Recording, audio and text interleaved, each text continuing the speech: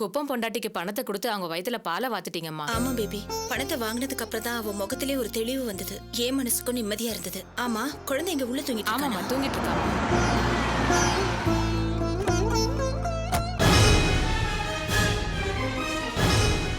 வாங்க. நாளைக்கு வீட்டுக்கு பணம் கொண்டு வந்தேன். அதுங்க எந்த பணம்? அன்னைக்கு போதில் வரும்போது பாக்கெட்ல வச்சு தூங்கிட்டேன். அப்புறமா கேட்கணும்னு நினைச்சேன், மறந்துட்டேன். எங்க இந்த பணம்? அது அது வந்து பேங்க்ல போட்டேங்க. ஓஹோ, குப்பம் வீட்டு பேங்க்லயா? ஐயோ ஐயா, என்னைய புள்ளதாச்சி பொம்பளை எப்படி அடிக்கிறீங்க? பேசுன தொலைச்சிருவேன். போ அந்த பக்கம். போங்கறல. சொல்லு, யாரை கேட்டு அந்த பொம்பளை கொண்டு போய் பணத்தை கொடுத்த? என்ன நடு ரோட்ல நிக்க வச்சு 4 பேர் முன்னாடி அசிங்கப்படுத்தினான்னு தெரிஞ்சோம் அந்த கேடு கட்ட பொம்பளைக்கு பணத்தை கொடுத்த.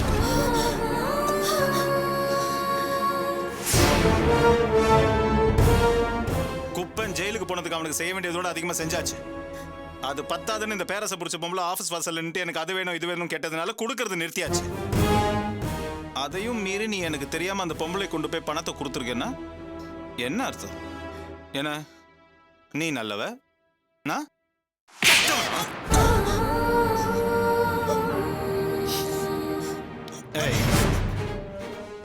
அந்த பொம்பளை என்ன நடு ரோட்ல நிக்க வச்சு மண்ணை தூத்தி அசிங்கப்படுத்தினான்னு உன்கிட்ட சொன்னல,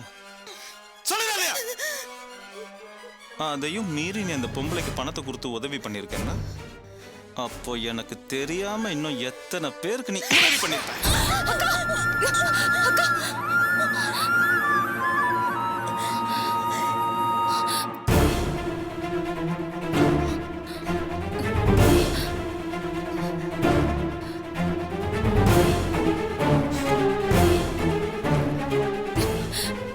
இப்படி காட்டு மிராண்டித்தனமா நடந்துக்கிறீங்களே, நீங்க மனுஷனா மிருகமா? ஏய், நானும் வந்து நாள்ல இருந்து பார்த்துட்டு இருக்கேன். நீ தொட்டதுக்கெல்லாம் கேள்வி கேட்டு ரொம்ப ஓவரா பேசிட்டு இருக்க.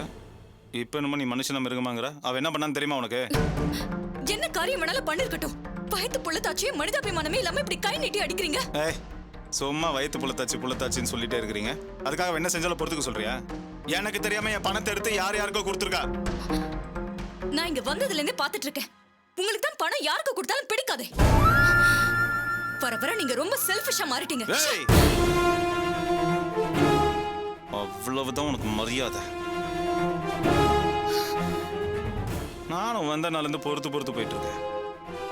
ஏதோ விருந்தாலே வந்துமா போகணுமான்னு இருக்கணும். அதை விட்டு தேவையில்லாம பிரச்சனை பண்ண மரியாதை கெட்டுரும் சொல்லிட்டேன். ஓஹோ, இதான் உங்க மரியாதையா? இதுக்கு மேல என்ன மரியாதை வேண்டி கிடக்கு?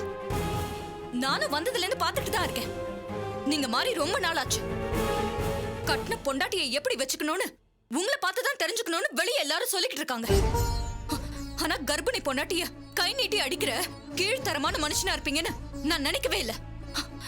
ஏய், நானும் பார்த்துட்டே இருக்கிறேன். இப்ப கீழ்த்தனமான மனுஷங்கிற ஒண்ணு. இந்த கை நீட்டுற வேலையில உங்க பொண்டாட்டியோட வச்சுக்கோங்க, என்கிட்ட வச்சுக்காதீங்க. அந்த அளவு கேட்டியா? இதுக்கப்புறம் உனக்கு இந்த வீட்டுல இடம் இல்ல. வெள்ள பொடி. அவ சின்ன பொண்ணு, ஏதோ தெரியாம பேசிட்டா. கொஞ்சம் பொறுமையா இருங்க. இங்க வா, நீ அவர்கிட்ட சரிக்கு சமமா பேசிட்டு இருக்க. சும்மா இருக்கா? எதுக்கு பயப்படுற? இவர் பேச்சுல இருந்தே தெரியுது நீ இவரால பாதிக்கப்பட்ட யாருக்கோ தான் ஹெல்ப் பண்ணிருக்க. அத பொறுத்துக்க முடியாம தான் இவர் இப்படி எல்லாம் நடந்துக்கிறாரு. ஒன்னு புரிஞ்சுக்கோ, நானும் இந்த வீட்டுக்கு வந்து நாள்ல இருந்து பாத்துட்டு இருக்கேன். எனக்கு தெரியக்கூடாதுன்னு நீ மறைக்கிறதெல்லாம் வெளியே வந்துட்டு தான் இருக்க. இதான் நீங்க வாழ்ந்துட்டு இருக்கிற வாழ்க்கையா?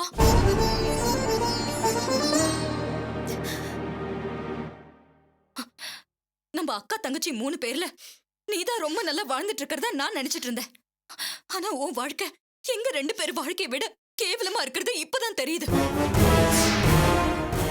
காவியா, அனாவசியமா பேசாத. என் வீட்டுக்காரருக்கு என்ன அடிக்கிறதுக்கு திட்டத்துக்கு உரிமை இருக்கு. இதுல தலையிடுறதுக்கு உனக்கு இல்ல, வேற யாருக்குமே உரிமை கிடையாது. இது என்னோட குடும்ப விஷயம். எனக்கு தெரியும் நீ இப்படிதான் பேசுவேன்னு. நீ மட்டும் இல்ல, நிறைய பொம்பளைங்க பதி பக்திங்கிற பேர்ல புருஷனுக்கு அடிமையா வாழறதுனாலதான் இவர மாதிரி ஆம்பளைங்க பொம்பளைங்கள கில்ல கிரியா நினைச்சிட்டு இருக்காங்க. பொம்பளைங்க புழு மாதிரி மிதிப்பட்டு அடிபட்டு துடிச்சிட்டு வாழக்கூடாதுக்கா. முதுகெலும்போட நிமிர்ந்து நிக்கணும். நான் கட்டிக்கிட்ட புருஷன் தப்பானவன்னு தெரிஞ்சதும் தூக்கி எரிஞ்சது மட்டும் இல்ல, தண்டனையும் வாங்கி கொடுத்தேன். நீ என் அக்கா தானே, உனக்கு அந்த தைரியம் கொஞ்சம் கூட இல்லையா? போத நிறுத்துறே. ஏற்கனவே அவ எனக்கு எதிராக தான் பேசிட்டு இருக்கா. இப்போ நீ வேற என்ன ஏத்தி விடுறியா? நான் தான் உன்னை இந்த வீட்டில் இருக்கக்கூடாதுன்னு சொல்லிட்டேன்ல. வெளில போ. ஐயோ, இதுக்கப்புறமும் இந்த வீட்ல நான் இருக்கிறதுக்கு நான் ஒன்னும் ரோஷம் கெட்டவே இல்ல. சொந்த கால்ல நிக்கிற தைரியம் எனக்கு இருக்கு. இப்ப கூட நான் என் வேலை விஷயமா தான் வெளியே போயிட்டு வந்தேன். எப்பவும் நிரந்தரமா இந்த வீட்ல தங்கணுங்கிற எண்ணத்தோட நான் இங்க வரல. அது முடியாதுன்னு எனக்கு தெரியும். நான் யாரையும் நம்பி இல்ல, யாருக்கும் பாரமாவும் இருக்க மாட்டேன். காவியா,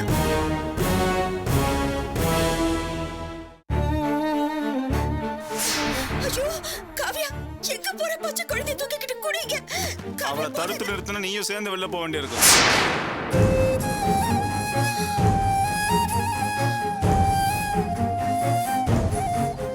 சபாஷ், இததான் நான் எதிர்பார்த்தேன். அக்கா, அந்த ஆளே வெளியே போ சொல்லிட்டாருல, வாக்க போலாம். ஐயோ, உன்னை நான் காப்பாத்துறேன். என்ன காவியா, உனக்கு என்ன பைத்தியமா பிடிச்சிருக்கு? நீ போறதே தப்புன்னு சொல்லிட்டு இருக்க, இதுல வேற என்ன கூப்பிடுற? உன் புருஷனே உன்னை வெளியே போ சொல்லிட்டாருல, இன்னும் நீ ஏன் இங்க இருக்கணும்? ஒண்ணு தெரிஞ்சுக்கோ, இந்த மாதிரி புருஷன்கிட்ட சகிச்சுக்கிட்டு வாழறது வாழ்க்கையே இல்ல. உனக்கும் உன் புருஷன் சரியில்லை, எனக்கும் என் புருஷன் சரியில்லை. இன்னும் கொஞ்ச நாள்ல உனக்கு ஒரு குழந்தை பிறக்க போகுது. என் குழந்தையோட உன் குழந்தையும் சேர்த்து 2 குழந்தைங்களும் தகப்ப இல்லாத குழந்தையா, தாயால மட்டும் வளர்க்குற குழந்தையா இருக்கட்டும். ஐயோ, தாய்கிட்ட வளர்ற குழந்தைங்க எப்பவும் நல்ல பிள்ளையா தான் இருக்கும். ஐயோ, உனக்கு என்ன பைத்தியமா பிடிச்சிருக்கு? ஏன் பயப்படுற? உனக்கு படிப்பு இல்ல, அதான் துணிச்சல் இல்ல. என்ன மாதிரி படிச்சிருந்தா உனக்கு தைரியம் வந்திருக்கும். பரவாயில்ல, நான் இருக்கேன், வாக்க போலாம். காவியா, நான் சொல்றது கேளு. நீ வரமாட்டேல, நீ திருந்தவே மாட்ட. உன்ன மாதிரி பொம்பளைங்க இருக்கிற வரைக்கும் இந்த மாதிரி ஆம்பளைங்களும் திருந்தவே மாட்டாங்க. நீ புது பணக்கார இல்ல, அதான் மமதையில கண்ணு மண்ணு தெரியாம ஆடிக்கிட்டு இருக்க. ஆனா இது நிரந்தரம் இல்ல. மேல போன கல்லு நிச்சயம் ஒரு நாள் கீழே வந்தே தீரும். அப்போ அது உனக்கு பாடம் கத்து கொடுக்கும். நான் போறேன், மிஸ்டர் செல்வம். ஐயோ காவியா, காவியா போகாத, நான் சொல்றத கேளு காவியா.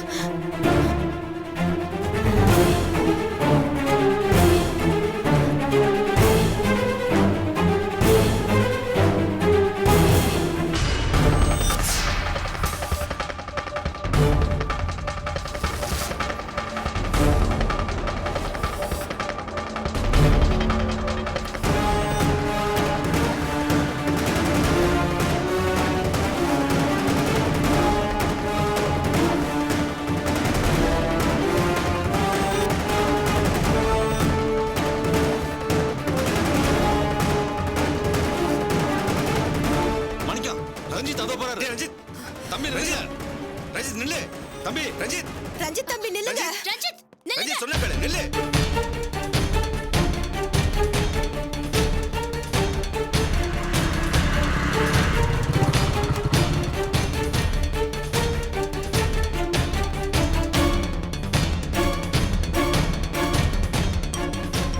எங்க போறீங்க? சொல்லுங்க ரஞ்சித். எங்க எல்லாரையும் விட்டுட்டு எங்கயாவது கண் காணாத இடத்துக்கு பறந்து போயிடலாம் நினைச்சிட்டு இருக்கீங்களா? தம்பி, ஏன் இப்படி ஒரு முடிவு எடுத்தீங்க?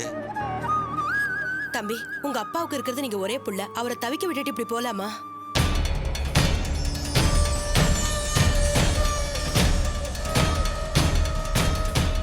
நீங்க எங்கேயும் போக கூடாது ரஞ்சித். நீங்க இங்கதான் இருக்கணும். நீங்க எதுக்காக போகணும்? நான் எதுக்காக இங்க இருக்கணும்?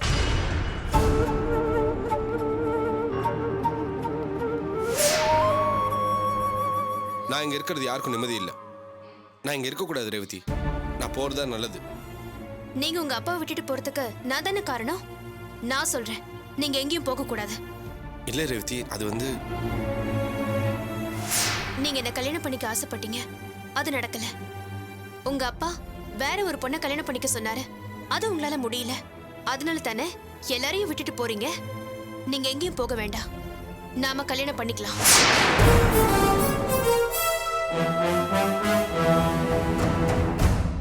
ரேவதி, நீங்க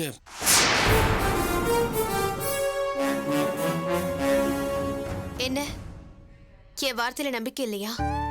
உண்மையை தான் சொல்றேன். நாம 2 பேரும் கல்யாணம் பண்ணிக்கலாம் ரஞ்சித். வேண்டாங்க, வேண்டாம். நீங்க யாருக்காகவும் உங்களை மாத்திக்க வேண்டாம். என்ன தடுத்து நிறுத்துறதுக்காக, மற்றவங்க கட்டாயத்துக்காக நீங்க நடிக்க வேண்டாம். நீங்க இப்படி பேசுறதுக்கு காரணம் எங்க டேடியா தான் இருக்கணும். அவர் தான் உங்களை இப்படி கட்டாயப்படுத்தி பேச வச்சிருக்கணும். உண்மைதான்.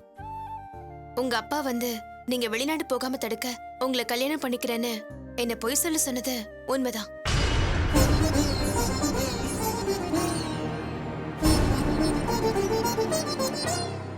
இப்படி ஒரு பொய் சொல்லி உங்க மனசுல ஆசைகளை வளர்க்க கூடாதுன்னு முதல்ல நான் மறுத்தேன்.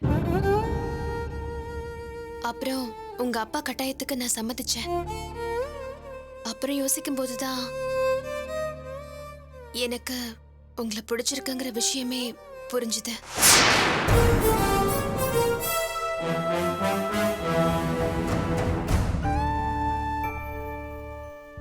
நம்ம 2 பேருக்கும் நடுவுல நிறைய விஷயங்கள்ல மனசு ஒத்து போயிருக்கு. கண்ணியமான உங்க நட்பு, நாகரிகமான ரொம்ப நாசுக்கான உங்க பழக்க வழக்கங்கள், இதெல்லாம் என்னையும் அறியாமலேயே உங்க மேல எனக்கு ஒரு ஈர்ப்பை ஏற்படுத்திருச்சு.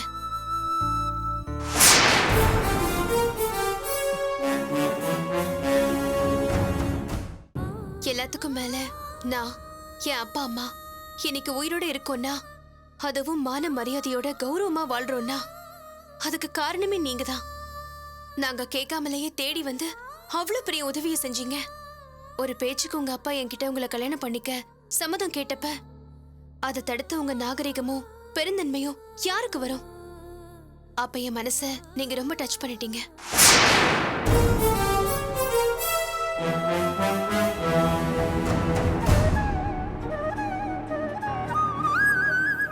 என்ன கேட்காமலேயே எனக்கு தெரியாமலேயே கல்யாண பேச்சு எடுத்தப்ப எனக்கு எல்லார் மேலேயும் கொஞ்சம் வெறுப்பு இருந்தது உண்மைதான். ஆனா அது எல்லாத்தையும் மீறி ஒரு நல்ல நண்பன் வாழ்க்கை துணையா கிடைச்சா வாழ்க்கை நல்லா இருக்கும்னு மனசு சொன்னதுனால உங்ககிட்ட பொய்யா நடிக்க வந்தேன்னா இப்ப முழு மனசோட உண்மையை சொல்றேன். நம்ம கல்யாணம் பண்ணிக்கிட்டா சந்தோஷமா வாழலாம்.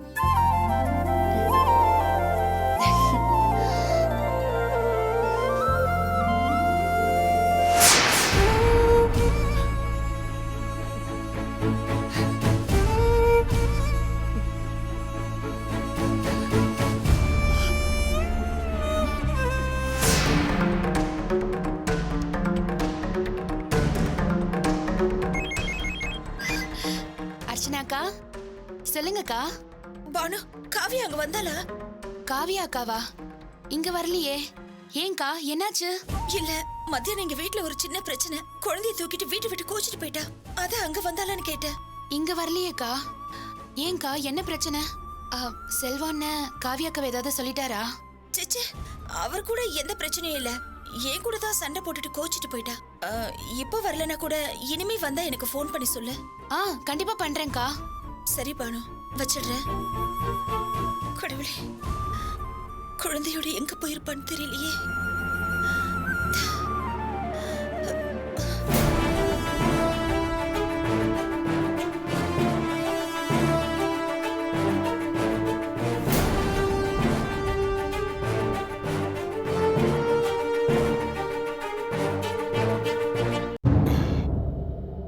யார்கிட்ட ஃபோனில் பேசிட்டு இருந்தா? வீட்டு விட்டு கோச்சிட்டு போன உன் தங்கச்சி எங்கே இருக்கிறான்னு விசாரிக்கிறியா? ஏன் விசாரிச்சு எங்கே இருக்கான்னு தேடி கண்டுபிடிச்சி எனக்கு தெரியாம திருட்டுத்தனமாக உன்னோட சகோதரி பாசத்தை டெவலப் பண்ணலான்னு பார்க்குறியா? இல்லங்க, பச்சை குழந்தையோட போயிருக்கா. எங்க போனான்னு தெரிஞ்சுக்க தான் ஃபோன் பண்ணேன். எங்கே போனா உனக்கு என்னடி?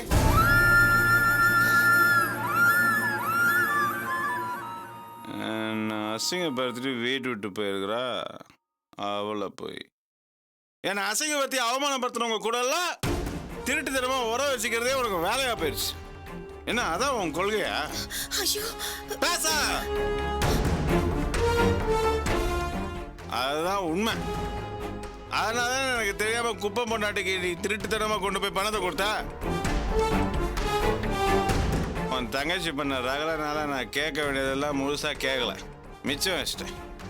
இப்ப சொல்றேன், எனக்கு தெரியாம குப்பை பொண்டாட்டிக்கிட்ட போய் நீ திருட்டுத்தனமா பணத்தை கொடுத்துருக்கேன்னா உனக்கு எவ்வளவு திமிர் இருக்கணும். நீங்க நல்ல நிலைமையில இருக்கும் போதே நான் சொல்றது உங்களுக்கு புரியாது. இப்ப இந்த நிலைமையில வேற நீங்க இருக்கீங்க. நான் சொல்றது உங்களுக்கு புரியுமா புரியாதான்னு எனக்கு தெரியல. குப்பம் பொண்டாட்டிக்கு பணம் கொடுத்ததுக்கு காரணம் நீங்க சொன்னதுனால இல்ல, உங்களுக்காக பழி ஏத்துக்கிட்டு இப்போ குப்பம் ஜெயில இருக்காரு. அவரோட பொண்டாட்டியும் குழந்தைங்களும் சாப்பாட்டுக்கு கூட வழி இல்லாம கஷ்டப்பட்டுட்டு இருக்காங்க. நமக்காக பழி ஏத்துக்கிட்ட குப்பனுக்கு உதவி செய்யறது நம்மளோட கடமை இல்லையா? அதுக்காக தான் பணம் கொடுத்து உதவி செஞ்சேன். எனக்கு உதவி பண்ணவங்களுக்கு எனக்கு பதில் செய்ய தெரியாதா? பேச பேச எனக்கு தெரியாம நீ கொண்டு போய் பணத்தை கொடுத்துட்டா என்ன அர்த்தம்? நான் நன்றி கேட்டவன், நீ ரொம்ப நன்றி உள்ளவளோ? அப்படியெல்லாம் எதுவும் இல்லைங்க. நீங்க தான் அவங்கள தப்பா புரிஞ்சுட்டு அவங்க மேல கோவப்படுறீங்க. குப்பம் பொண்டாட்டி பணத்தாசை புடிச்சிட்டு ஆபீஸ் வாசல்ல வந்து நின்னு சண்டை போட்டதை நீங்க நினைச்சிட்டு இருக்கீங்க. உண்மை அது இல்லைங்க. 2-3 மாசமா அவங்களுக்கு குடும்ப செலவுக்கான பணம் வந்து சேரல. அதை கேக்குறதுக்காக தான் அவங்க ஆபீஸ்க்கு வந்திருக்காங்க. அதுக்கடையில யாரும் அவங்கள பத்தி உங்ககிட்ட தப்பா சொல்லியிருக்காங்க. நீங்க அவங்கள தப்பா புரிஞ்சுக்கிட்டு அவங்கள ஆபீஸை விட்டு விரட்டி அடிச்சிருக்கீங்க. இதை நான் குப்பம் பொண்டாட்டி கிட்ட பக்குவமா பேசினதுக்கு அப்புறம் தான் இதெல்லாம் எனக்கு தெரிய வந்தது. அசி ஆய் மூடி.